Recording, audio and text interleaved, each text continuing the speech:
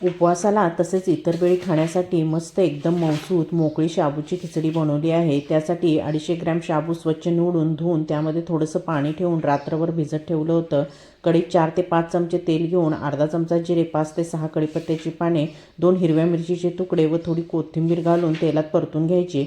आता एक मोठ्या बटाट्याच्या पातळ फोडी करून त्यामध्ये घालायच्या। बटाटा चांगला तेलामध्ये 2 ते 3 मिनिटे परतून घ्यायचा, म्हणजे तो पटकन वाफला जातो।